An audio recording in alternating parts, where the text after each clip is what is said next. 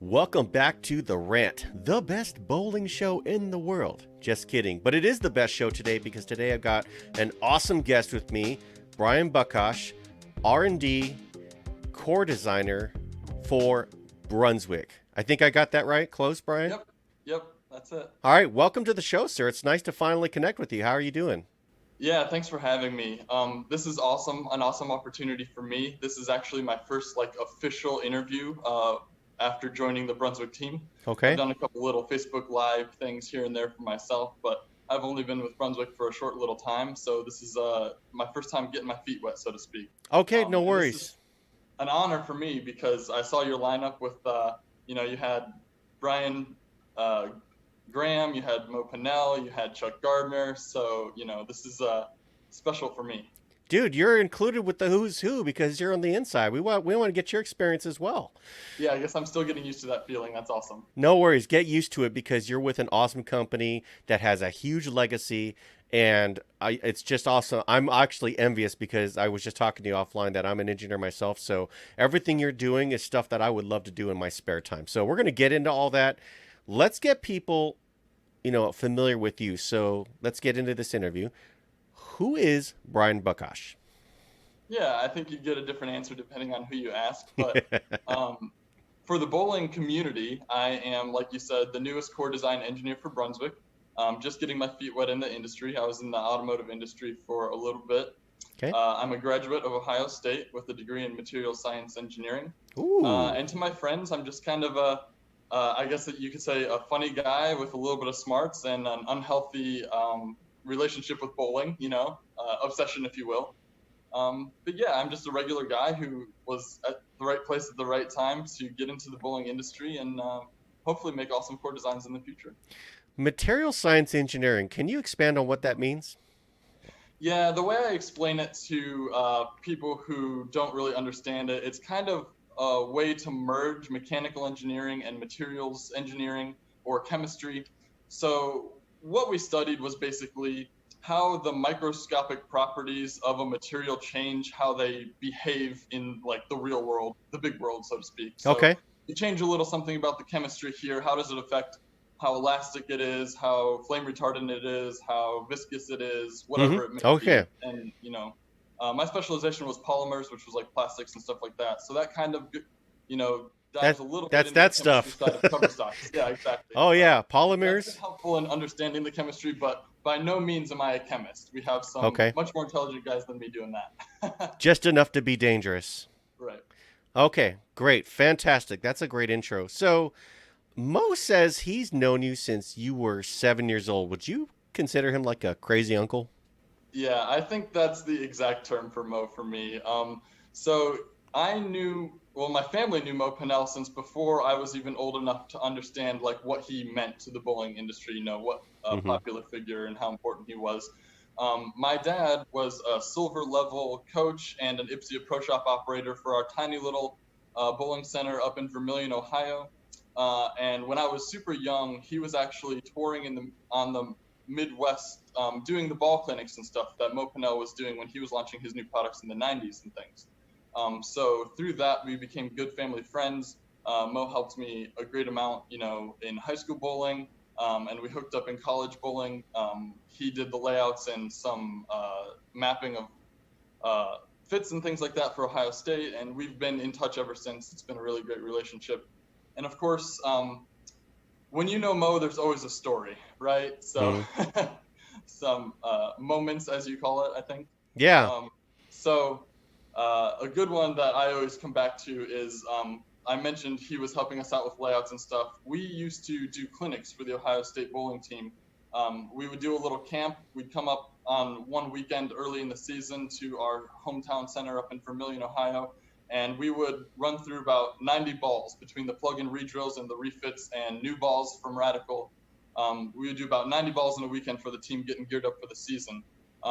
So we were in the shop together a lot, and he was doing carving thumbs one time, and I was gluing gripping holes, and he was asking for a tool, and I gave him a sarcastic answer instead of giving him the tool, which was clearly not the right thing to do because then I got a bevel knife in the left butt cheek. So learned my lesson in a hurry. So It's always a show when he's around, but I appreciate every moment of it, and I've definitely learned and grown from everything he's shown me. So, Yeah, when Mo speaks, thou shalt listen. yes. Okay, and I imagine when he's in the pro shop, thou shalt obey. Yeah, definitely. All right, Definitely. I'm with you on that one. All right, so you were talking about you recently joined Brunswick. How long have you actually been with Brunswick?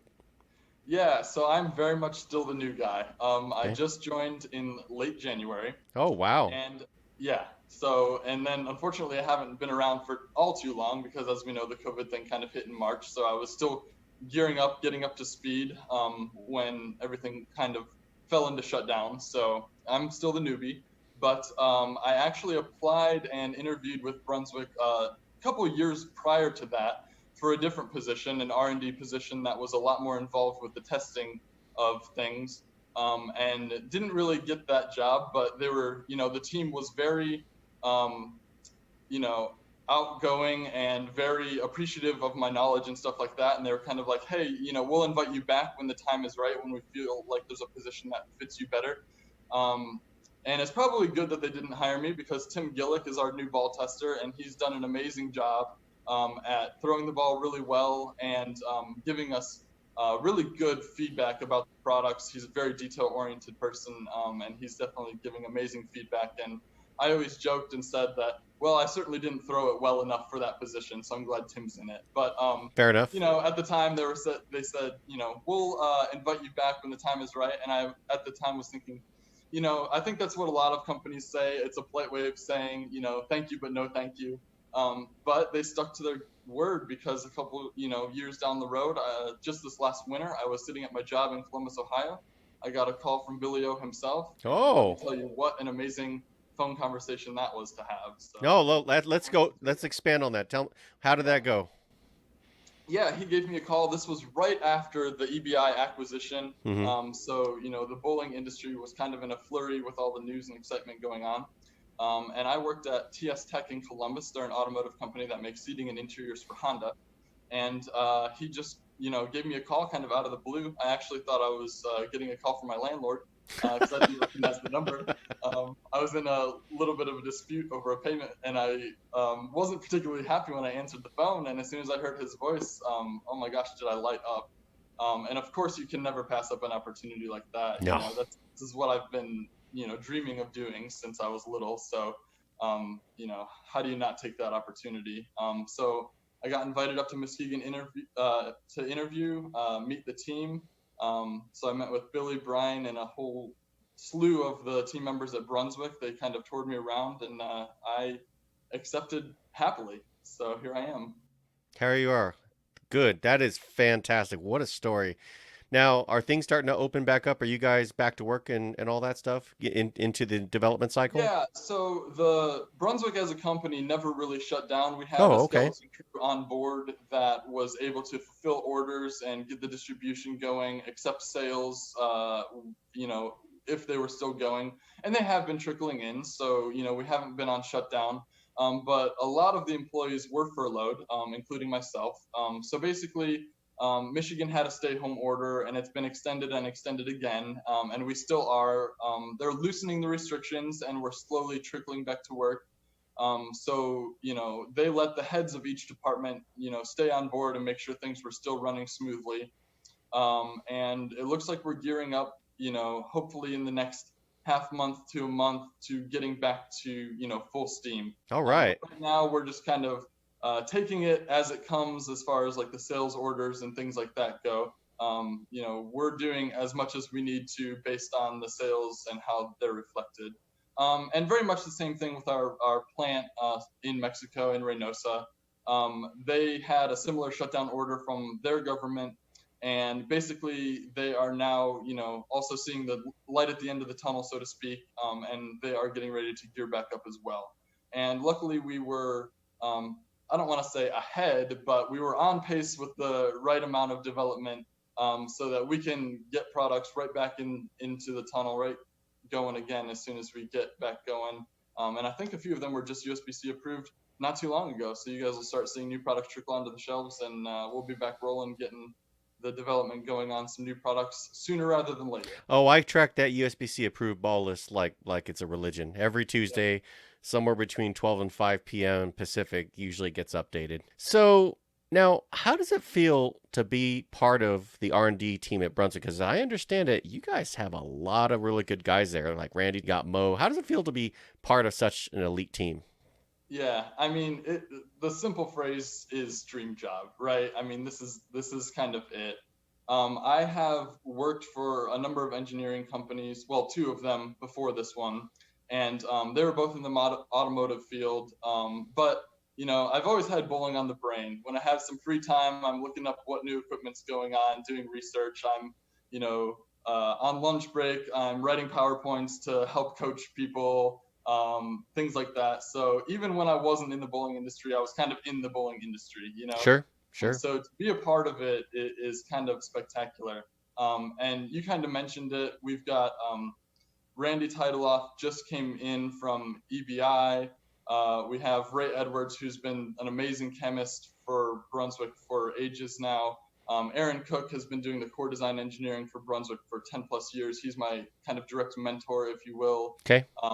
And we just we have built an amazing team, and I'm kind of awestruck. I've got Mm-hmm. the least amount of experience, but hopefully I bring a little something different to the table. And all I can do is sit back and learn, listen and learn. That's Sure. my position right now. Yep. And there's never, a lot of companies will tell you zero gravity thinking. It's always get the good new blood in there. You are new blood and you have passion and hunger for growth. I can see it in your eyes. So I'm guessing they made the right decision by bringing you on. Yeah. Um, Now, a lot of people, we're talking about, core design. How long does it take to actually develop a core, roughly? Yeah, it's kind of an integral process of the entire design process. So a lot of things are happening in parallel. So start to finish, all told, a new ball developed, if the core doesn't already exist, can take as long as 8 months really in Ooh. development. But that includes all of the testing, all of the tweaks and modifications that we do to make sure the product is exactly what we expect it to be. So when we first sit down in a big board meeting and we develop our design targets, they usually come with some target numbers and of course a target performance, if not the actual physical numbers that come out of the core design. So we're on the very front end of that design. Once we come out of that meeting with the exact goal for what that ball motion is going to be, then Aaron and I sit down and we get going on the inner core first. And we use a program called SolidWorks, and that is Yes. yeah, it's an incredible, very powerful CAD software program. Mm-hmm. So we'll do the inner core design, and then we'll marry it with an assembly of the outer core and the cover.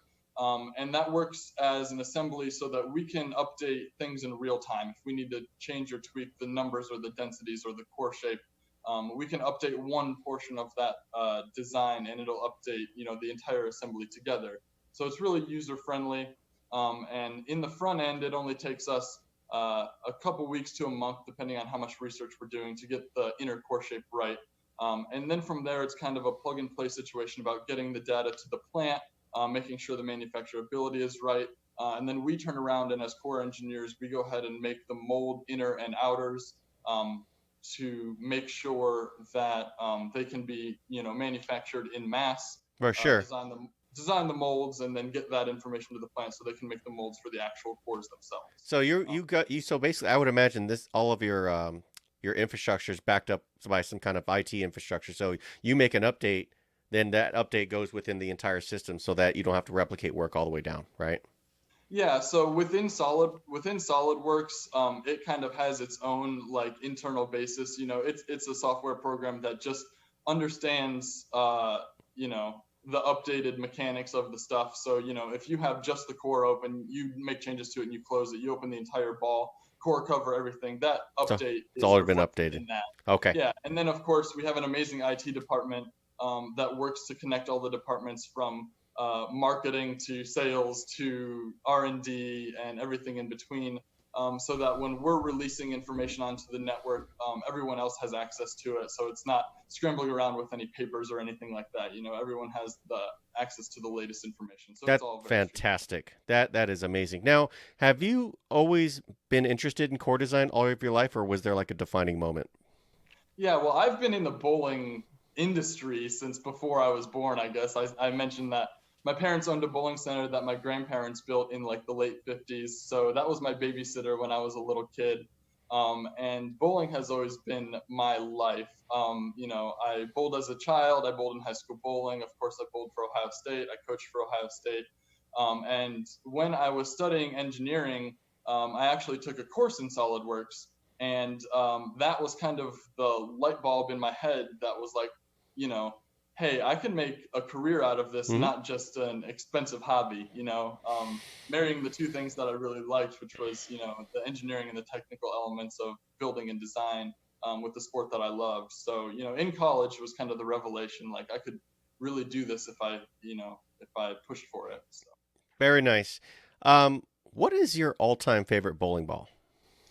Yeah, that's kind of a loaded question because the technology is advancing so fast, and it seems like every time I pick up a bowling ball, it's like, holy crap, this is a new and amazing motion, or this is more hook than I've ever seen, or more on the back end.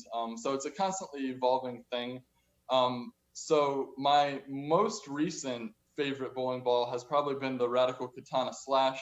Okay. I'm a fairly matched player, maybe slightly speed dominant, but mostly on the match side. So hybrids always fare well for me, and I think that hybrid asim, helps me so I can't throw it through the break point. And that was probably my favorite hybrid asim of all time. I don't have one in my bag anymore. I just threw it so much I wore the cover straight off of it. But um, in high school, I had the most success with the Mo Rich leverage line, and I think a lot of Ah. people harken back to that original black fuchsia, blue leverage. That was one of my all-time favorite benchmark balls. The red insane was my favorite. That was probably the most back end you could get at the time. And the pairing of those three or four balls were all in my bag at the same time. I averaged about, I don't know, 218, 220 over 10 houses, in high school bowling over the course of a season. So hard to beat that kind of result for That someone who doesn't throw it as well as they should for for averaging that high, I guess. Sure. Now, continue on. How does it feel to work with some of the most influential bowlers in the world? Yeah. So this is really cool, and I've only gotten a taste of it. So this is something that I super have to look forward to. I started in January, and at the time they were on tour, and then they went to the World Series. So I haven't been able to work really one-on-one or meet one-on-one too many of the PBA players, but certainly they're always in and out of the facility. They have training days scheduled and stuff like that. And my work directly affects their performance Hmm. in some ways, right? So it's exciting, and that's something new that's on the horizon. Dasha has been in the building a lot. She actually recently relocated to the area, Okay. so she's been in, helping the team. She's a very artistic person. You might have seen her art that she's been doing during the COVID shutdown Hmm. on her page. She's been doing a lot of that, but so she's been bouncing ideas off the marketing team and helping us with color ideas and things like that. So she's been really cool. But she's really the only player I've gotten to have a one-on-one with. Everything else, that'll come in time, I'm sure, and I can't wait to do it. Fantastic. Now, why do so technical question here. Why do symmetrical cores seem to have a rounder shape expressed in ball motion than asymmetrical cores? Yeah, now we're really changing gears, right? Yep. So I'll try not to get too technical on you guys, but that is what I do. So I Hmm. apologize if it gets a little No, like get as that. technical But as you want. It's fine. so basically, symmetrical cores are symmetrical. It's in the title. About the pin axis, the average mass distribution is the same, kind of all the way around. If you looked at the pin straight down, the average of the mass is, around the pin is the same. So that core is relatively stable before you put drilling holes in it. An asymmetrical core is what it sounds like. There's more mass on the z-axis than there is on the x-axis in that core. So when you're looking down on it from the pin, it's more of an oblong shape, an oval shape, if you will. So that core, before you even put holes in it, is by nature unstable. And because of that, it has a preferred spin axis already. Now, when you put holes in a ball, it makes them more asymmetrical and more unstable in a way. So a symmetrical ball becomes lightly asymmetrical when you put the gripping holes in it. And an asymmetrical ball becomes even more asymmetrical. And that imbalance, that asymmetry, is what creates your motion. So that has direct effect on the intermediate diff. And so the more intermediate diff you have in the ball, the more asymmetry you have in the ball. And when it encounters friction, the more it wants to jerk, so to speak. So when an asymmetrical ball goes down the lane, it encounters friction, it kind of jerks off the spot a little more. When a symmetrical ball, because it's more stable, has less intermediate diff, it's more happy, I would say. It's not as unstable. So when it encounters friction, it doesn't want to react so violently. So as a result, you get a rather smooth motion out of a symmetrical ball and a more jerky motion out of an asymmetrical ball. You put a strong cover on an asymmetrical ball, you get something like a hook stop motion or a strong mid lane motion. You put a clean cover on an asymmetrical ball, you get that real hockey stick skid snap motion. You put a strong cover on a symmetrical ball, you get an early smooth, almost like that backward C shape, a really smooth, big continuous motion. And you put a cleaner cover on a symmetrical ball, you get more of a skid and what I call a hard arc. It's not quite a flip, but it still goes on the back end. Yeah, left. Now, and I think there was a definition like symmetrical balls typically are less than 5% expressed difference in weight between left and right? Something like that? Yeah, I don't know the exact numbers, but what it is you can divide them in half. If you look at the front of the core, so the pin is directly up, that'd be the y-axis is directly up. If you divide them in half, the average of mass is going to be relatively the same left and right. And if you spin it so that the front of the core is going this way now, the average of mass, again, if you split it, is going to be the same left and right in that section as well. Fantastic. I always like to tell people, look at a light bulb. That's a symmetrical core. That's a perfect example of it. And then go look at a camera because it's not going to be the same shape all the way around. That would be an asymmetrical core. That's perfect example. Okay. Now, sometimes I've noticed some asymmetrical balls like to go front to back, and then there are some that go side to side. So let's expand upon that. Why is that? Are you talking about the ball motion itself? No, I'm talking about when it comes off the break point. Sometimes when an asymmetrical ball comes off the break point, it likes to just continue a little more forward. And other balls, when they come off the break point, they really, it's like a Z shape. It's just hockey stick left, but very sharp. Yeah, and I touched on that a little bit. It's a whole system, so it's hard to kind of pinpoint, is it the cover, is it the core, what's going on? So you kind of have to look at the system as a whole. Okay. Bowling balls have to retain tilt and rotation as they go down the lane. They're going to lose them at a certain rate. And the bowling balls that are the most forward are losing rotation fast. So when they get to the break point, they don't have as much rotation to take it in that direction that it's rotating. So if your ball, and they can lose rotation in a number of ways. If you don't impart that much rotation on it, if you're a low rotation bowler, the ball is going to naturally be going more end over end. Okay, so that's one thing. If the ball doesn't have that much rotation off your hand, it'll go more forward.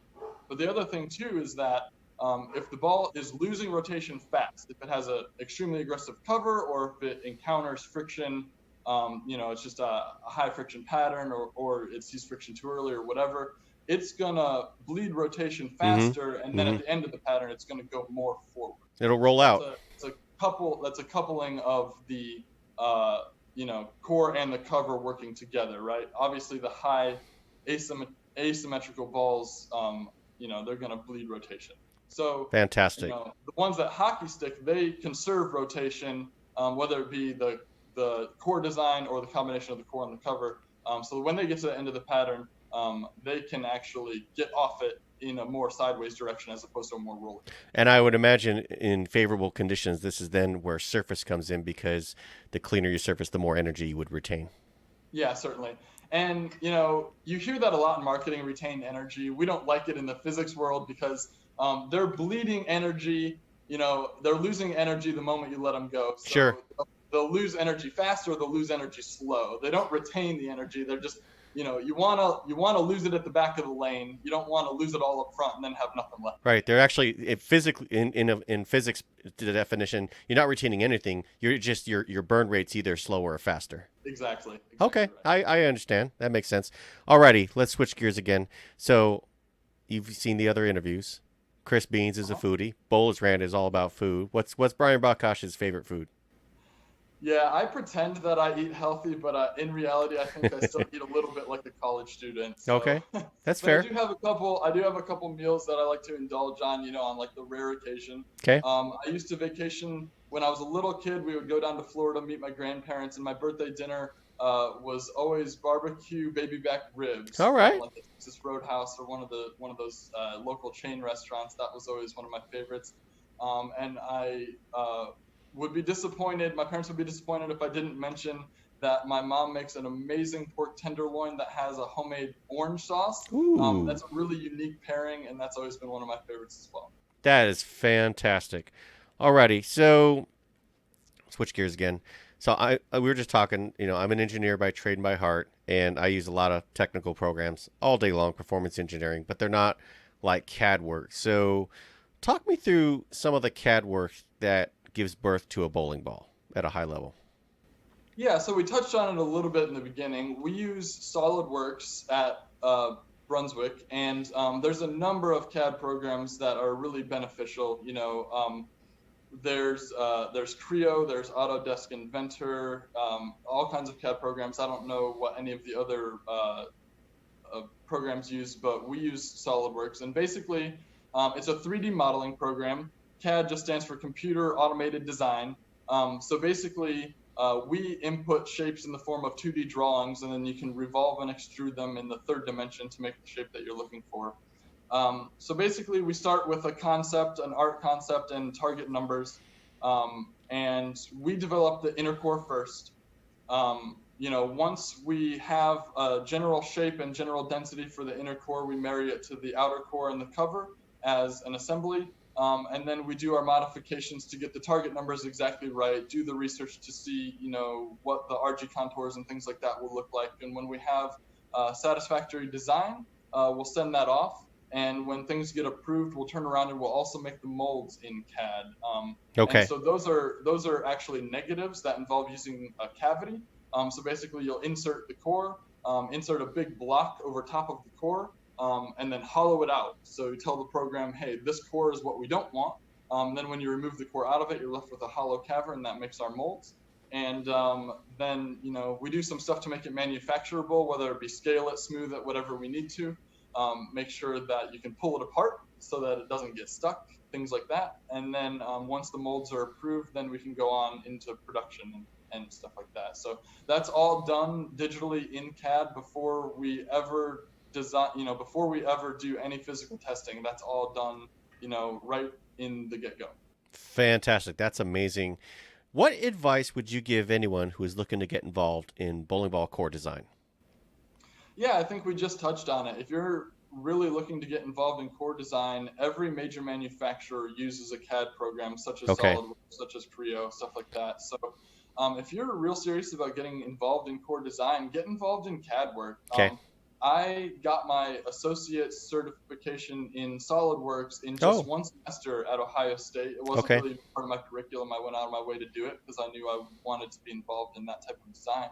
And even if you're not in a college that offers something like that, you can find courses online. You can Okay. find classes that you can actually go and physically take on Dassault Systems website. So there's lots of ways to get involved in CAD work.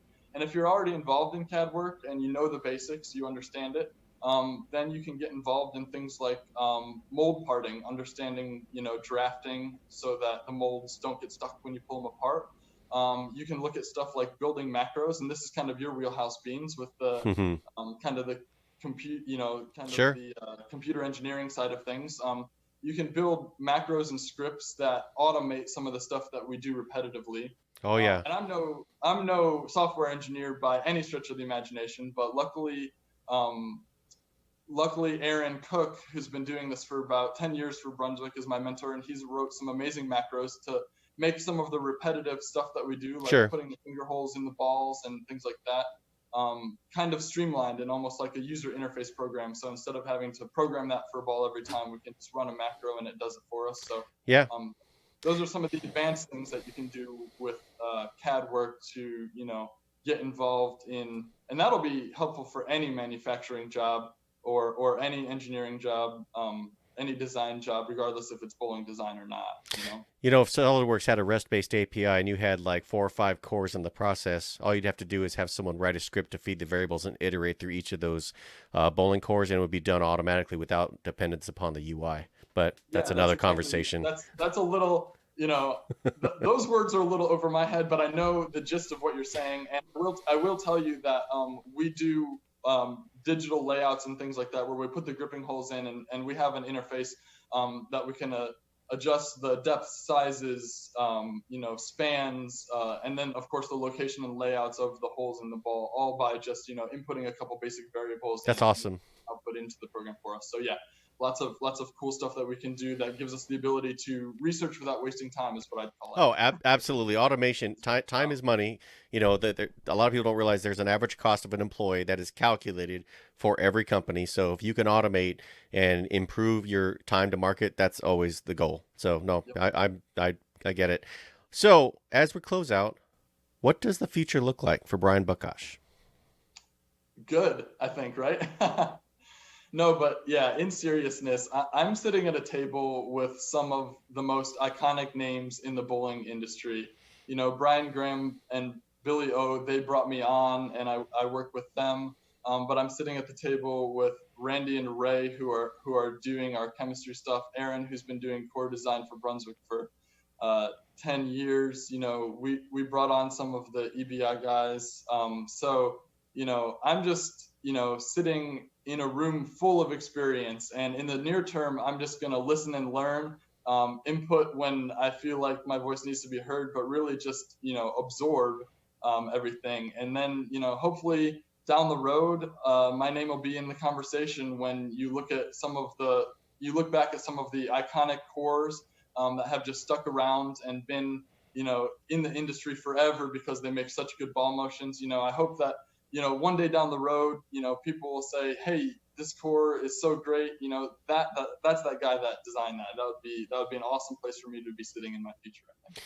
I would not disagree at all. You are obviously very talented and sitting with the right people. So, from the outside looking in, it looks like your future is nothing but just looking spectacular. Real quick, speaking of cores, because I've studied a lot of the Brunswick product lines, I was a big fan of the core that was in the vintage LT48 and Rhino series. Mhm. It's a wheelbarrow, and I've never seen it come back.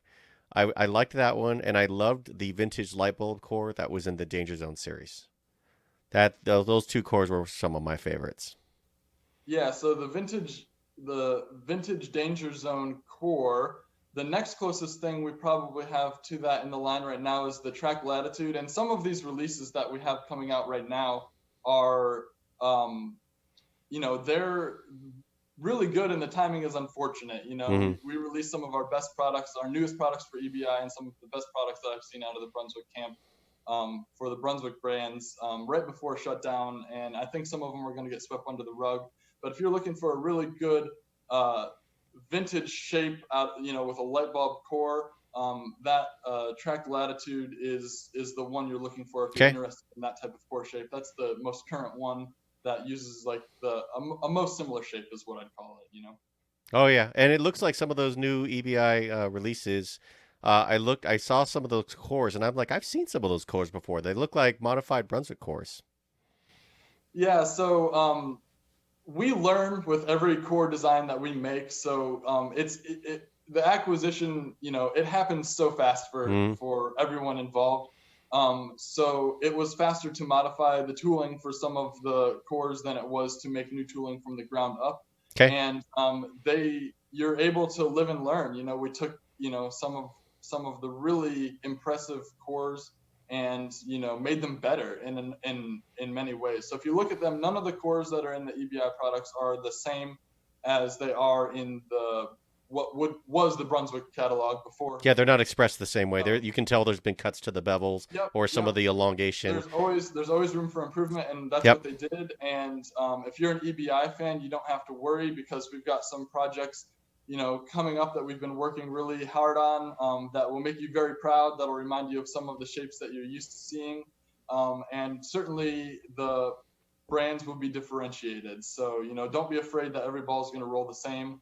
From the top down and from the ground up, everyone involved is very adamant that we don't want so much brand overlap that we have 7 brands that all roll the same. That's kind of been a goal, and kind of a driving point of the managing team to say, like, if we have these 7 brands, and the market, they've done the market research to prove that the market can hold up all 7 brands, and that we don't need to ditch any, and we don't want to ditch any because every brand has their own loyalists. So we're going to work hard to differentiate those brands so that when you pick up a hammer ball, it rolls like a hammer ball, and when you pick up a Brunswick ball, it rolls like a Brunswick ball. And so we got some fun and exciting projects coming, and I can't say too much, but I think the EBI fans will be very happy in the near future. I'm sure stuff like maybe the gas mask core. Hey, I can't say what isn't coming, but I do know what's coming, and I'll say it again. The EBI fans, they'll be happy. All right. Bryan, thank you so much for joining me. It's been a privilege and a real treat to have you on the program. And I hope nothing but good things for you, and please stay safe. Yeah, this has been an honor. I really appreciate it, and thanks a lot. I hope to see you guys out on the lane sooner rather than later in the tumultuous times we've been having. So, all righty. Bowlers, as always, go bowling. more updates are coming. All right, thanks.